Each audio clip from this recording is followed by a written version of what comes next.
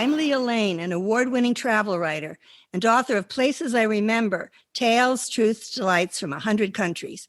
On this podcast, we share conversations with travelers about fascinating destinations and memorable experiences around the world. In episode 75, we celebrated by compiling a sampling of some of the best memories we recorded this past year for our award-winning travel podcast. There were so many, we decided to present it to you in two parts, and this is part two. As you listen, jot down the episode numbers of the conversations you most enjoyed so that you can go back and listen to the full episodes. So here's the second part of my favorite excerpts from Places I Remember 2022. In episode 63, architectural historian Victoria Newhouse and landscape architect Alex Pisha discuss memories from their book, Parks of the World. Here, Victoria talks about a park in China, and after, Alex talks about a special memory. One of my outstanding memories of the whole experience was in Changchun, the park in northern China, where we had an amazing food experience. We had found in our travels that we really didn't have enough time to go into restaurants. So we started going to food markets, and the food market that we went to in Changchun was without a doubt the most spectacular, with all sorts of exotic foods, duck that had been simmered in tea, and on with one thing more exotic than the next. And it was very good food and a lot of fun to visit. Yeah. Food makes a great memory always. Okay, Alex, how about your special memory? The food was always amazing in China. But I remember part of the process, we would, of course, interview the park's designers and things like that, but we'd also interview park users. And for me, that was some of my, favorite memories was talking to them. And I remember in one park when we were in Tianjin, the wetland park, we spoke with an elderly gentleman about his experiences and what he thought of the park. And he was talking about how he remembers when it was the despoiled urban landfill and eyesore, and now it's been transformed into this amazing space, and that he actually takes a 2-hour-long bus ride just to go to the park weekly. And it was really kind of touching to hear. And I think in that same visit, we met a grandmother with her granddaughter who was thrilled with the park, loved to go see the wildlife, the geese. And she grabbed my hand and tried to drag me to see the geese and things like this too. I mean, she was really charming. Just getting to know the locals and talking with them and really understanding what these spaces mean to them was really, I think, a highlight of these trips.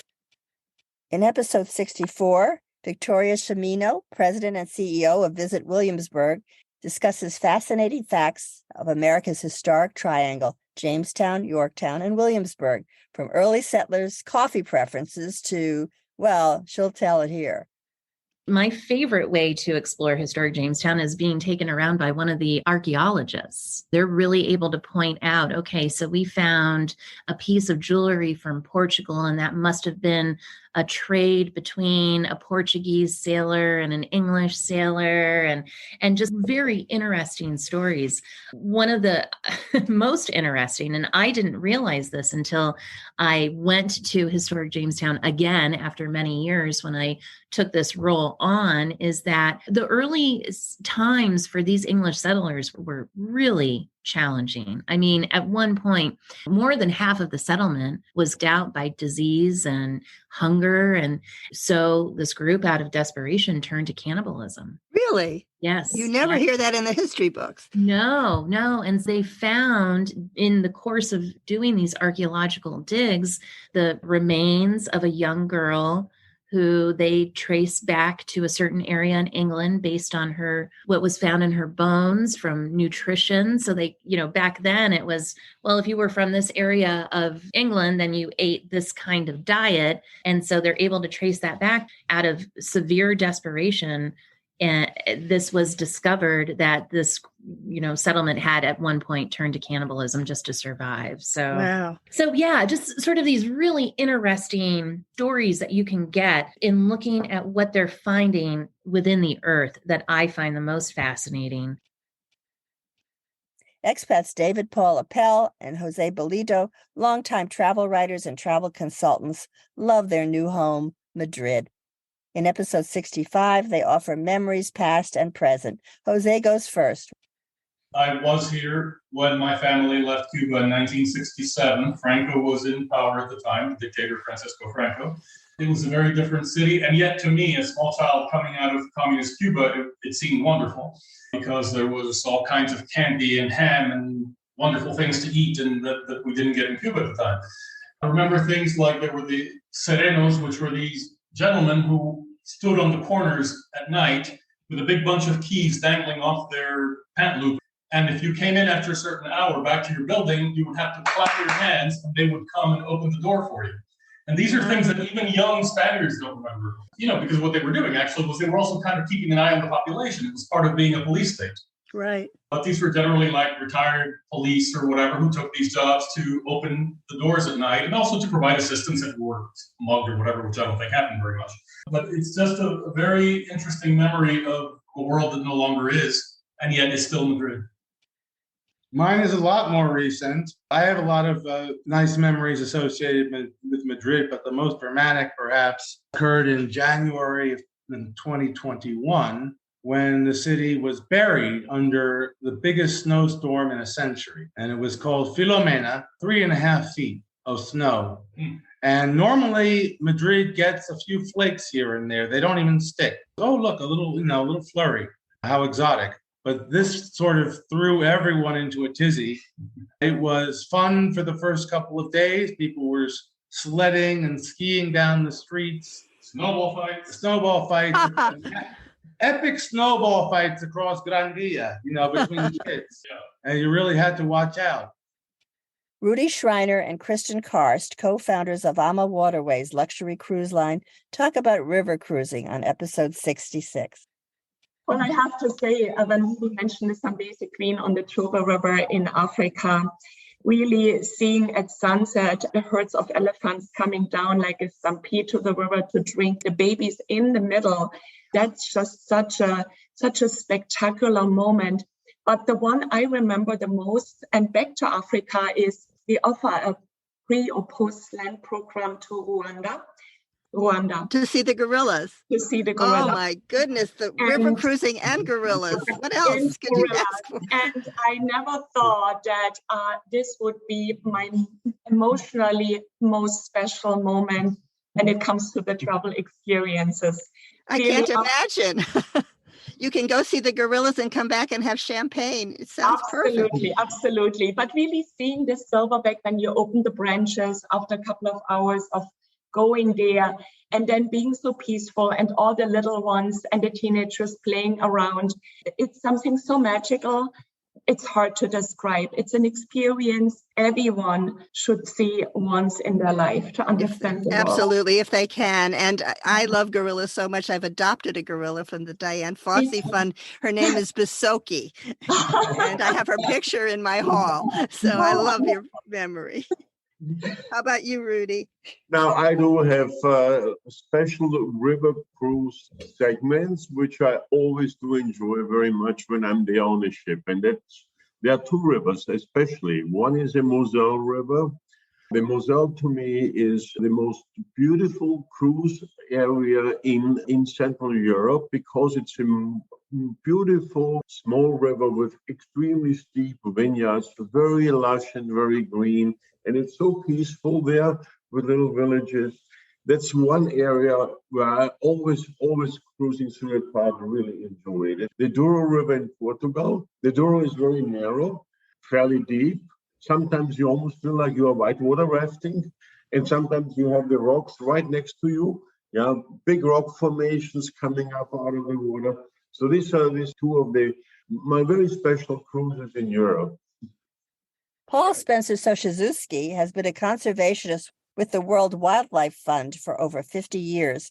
In episode 67, he shares many global encounters, including this one. When I was hired at WWF and I started working there in 1981, I was coming from Indonesia, where I had been working in advertising. Before that, I was in the Peace Corps in Borneo, and they hired me to help promote the brand of WWF. As you know, any kind of NGO, nonprofit lives and dies by branding, by success stories, by tugging on heartstrings. Right.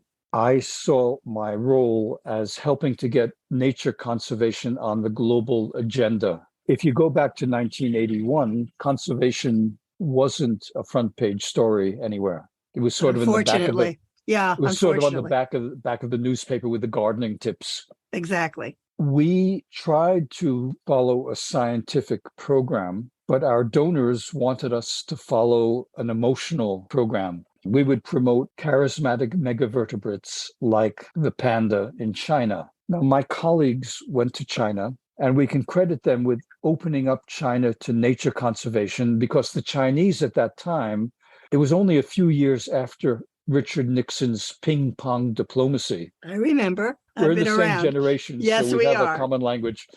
And we helped them work with panda diplomacy. We said to them, this is one way you can rejoin the international community. And the panda was a wonderful symbol, and it became WWF's logo. It's cute. Very. It's endangered. Very. It lives in an exotic part of the world. And as Sir Peter Scott, the first chairman of WWF, said, it can be reproduced in black and white. Beverly Hurley is editor of GardenDestinations.com and a contributor to the new book, Gardens of the World. In episode 68, she shares her favorite gardens. This is considered one of the top 7 world gardens, and that would be Kirstenbosch Botanical Garden in Cape Town, South Africa. Just as Longwood Gardens is in the U.S. is a garden to aspire to go to, taking in the magic of Kirstenbosch Botanical Garden is definitely should be on your list. This is a garden that took a difficult environment. It's on the slopes of Table Mountain, the iconic mountain that rises above Cape Town. It also has the plants of the fynbos, which the fynbos is the fine bushed kind of plants that Cape Town is known for. In fact, that region has its own kingdom in the plant kingdom, and the plants are very rare. So we're talking about the proteas and the ericas and many of the other lovely fynbos plants that are in Kirstenbosch.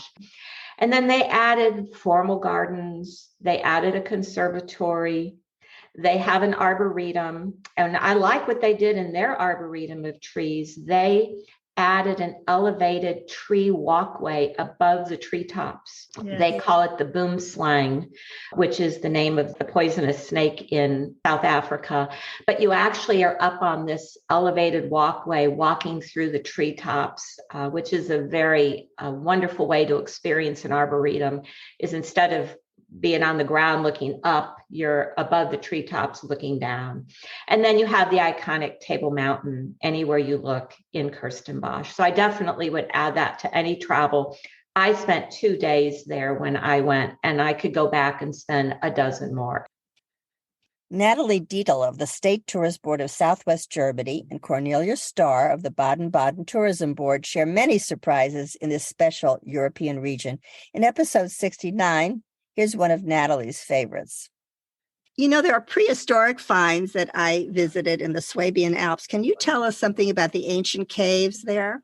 Yes, there are several caves you can visit, and they are from the Ice Age. So they are one of our UNESCO World Heritage, and it's like one of the oldest, and you still can see some paintings on the wall from the Ice Age times. And then you have the Ice Age figures, which have been found in the caves, and you can see some of them, for example, in the museum in Tübingen, in a city close by on the Swabian Alp. It's a lovely city with a really lovely old town, and there in the museum you can also see the prehistoric founds of the Ice Age caves. Again, those go back maybe 43,000 years, so they're really outstanding.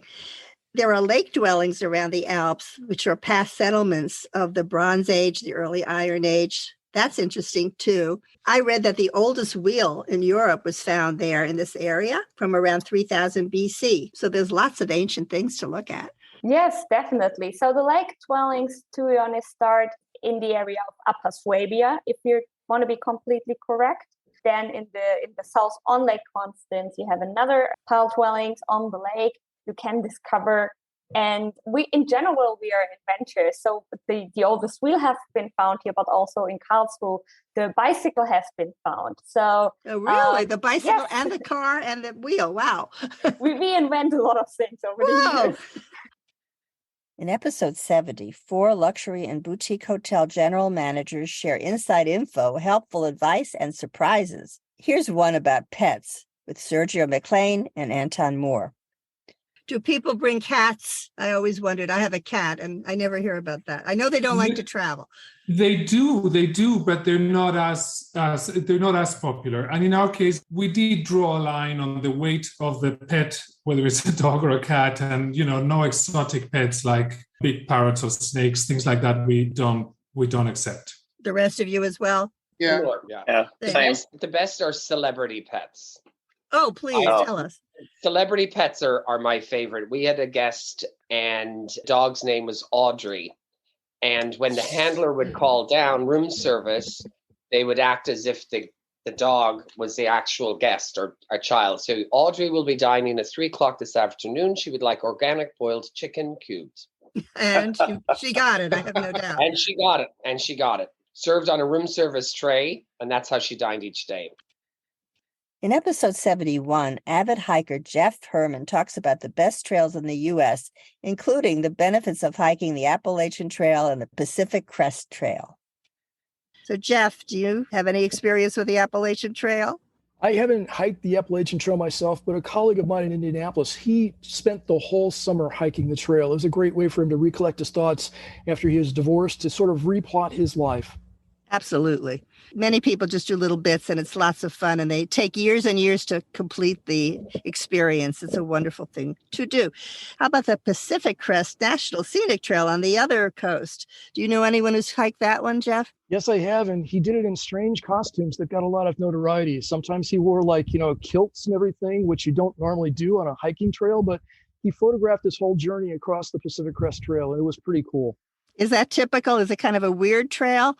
It's a little odd, but you have people from all over who come there to hike. And I guess this was Ron, and he just decided he was going to make it a pictorial adventure. Wow. I love it. San Miguel Allende, Mexico, has been named Best Small City in the World 6 times by Condé Nast Traveler. In episode 72, Tourism Director Tanya Castillo shares why. And we also talk of excursions outside the city, like this one. There's another trip I took, which is a little further from San Miguel, to visit the Monarch butterflies, which come there every year. They spend 4 or 5 months. They fly about 2,800 miles from Canada and the U.S. to migrate to this beautiful forest. And they hang in the trees, orange all over the trees. And when it gets warmer, they come out and fly. Now, I took the trip, and it's I guess a little warning to you. If it's a cold day, don't do it because it's a long Don't do trip. it. Exactly. I know. And I took the steps. It's a long walk up, very high up, and you have a horse part of the way if you want to get there. And then it was so cold, they just stayed in the trees, which was kind of a disappointment. So make sure it's a nice sunny day and a warm day, and then you'll see this gorgeous, gorgeous sight of the monarch butterflies. Are they still coming in great numbers? Yes, they're still coming. It's a huge attractive also it's not Guanajuato, it's in Michoacan, actually. Right. Yes, but I mean, this can tell you the huge amount of different activities and nature Mexico has. So it's not just about Guanajuato. We have a lot of states nearby that have this attraction. And what we are also trying to do with the economy is like the economy, not stay in San Miguel de Allende. So you can do actually these trips to another states and help others. So it's wonderful what Mexico has or near San Miguel de Allende. In episode 73, we talk with Tim Peck, CEO of OMBI, a renowned design group, about luxury lodgings around the world. Here he describes some of the sites in Saudi Arabia where he has worked. Alula, I've read about that and seen pictures. That looks like Petra in Jordan. I mean, it has the same quality. It is Petra in many respects. It's in a spectacular natural context and undeveloped, The sort of things that are being developed around that are amazing. There's incredible wadis that run close deserts, to that. Yeah, which are sort of the desert, but almost the oasis within the desert, which has just a wonderful experiential feeling in terms of the contrast of the desert and the landscape and the water and the mountains. Right. And then you go out to the Red Sea, which has the reefs, which will rival anything you see in the Maldives. It's just really quite spectacular. And then you go up into the mountains, completely contrasting, wonderfully unsophisticated environment. Up in the mountains, it's actually cold. Really? I never thought of Saudi Arabia. I was up in the mountains just in Al-Baha, just south of, or quite a bit south of Jeddah. The mist came in and we were actually driving through fog and it was very, very cold. Near Neom, up in the northern areas, they're building a ski resort. I heard it's a $500 billion project eventually to develop Neom. I have been reading about that. Yeah, it is. Yeah, and we're lucky enough to be part of that, looking at some of the hospitality side of it. So it's a really interesting country, and obviously they're very ambitious in their targets. There's still a lot to be done, but I think you just have to see it in the perspective of what has been achieved. It's uplifting to hear this, and I hope that the political situation improves and that we all can eventually go there, because it sounds like a fantastic destination. In episode 74, Harvey Bierman, a ski race competitor and a ski expert, offers one of his special memories. A couple of years ago, I had the privilege of being in Whistler Blackcomb with a group. And one day they surprised us with a trip in the heli. So we took about an hour van ride to find the helicopter. So it was staged very far from the mountain. It had not snowed in Whistler in about 3 weeks, but it had been unusually cold. So when we got in the heli, we went up, and the guide decided to go to a location that was another 40-minute flight from where we found the helicopter, because they hadn't been there in years. They had done so much powder skiing recently that they needed to go a little further out to find untracked snow. And they were hopeful that because it had been so cold for so long, that the snow would be good. I can tell you, 8 lift rides in the helicopter later, our day was done. They had to change our guide out after 6 runs because she could no longer keep up with us and needed to tap out, because normal day is 6 helicopter rides. Oh my God. And to this date, the group I went with and I, look at the pictures, speak of the memories, and talk about recreating it. And it's one of those things, no trip will ever be as good as that one. It'll be good in some different way. It was my first time in doing the heli skiing, and I can't wait to take my kids in a similar experience before my body gives out. We hope you enjoyed listening to some of my favorite memories and stories from the past year. And if you didn't already listen to episode 75, go back and find lots more. Episodes 75 and 76 of Places I Remember bring you the best from 2022.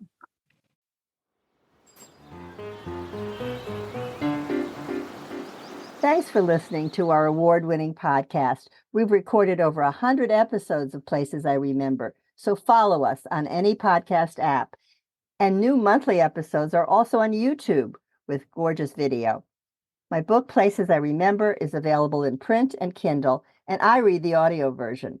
Follow my travel writing at Forbes.com. Contact me at the links in the show notes or on my website, placesiremember, lealane.com, and keep making your own travel memories.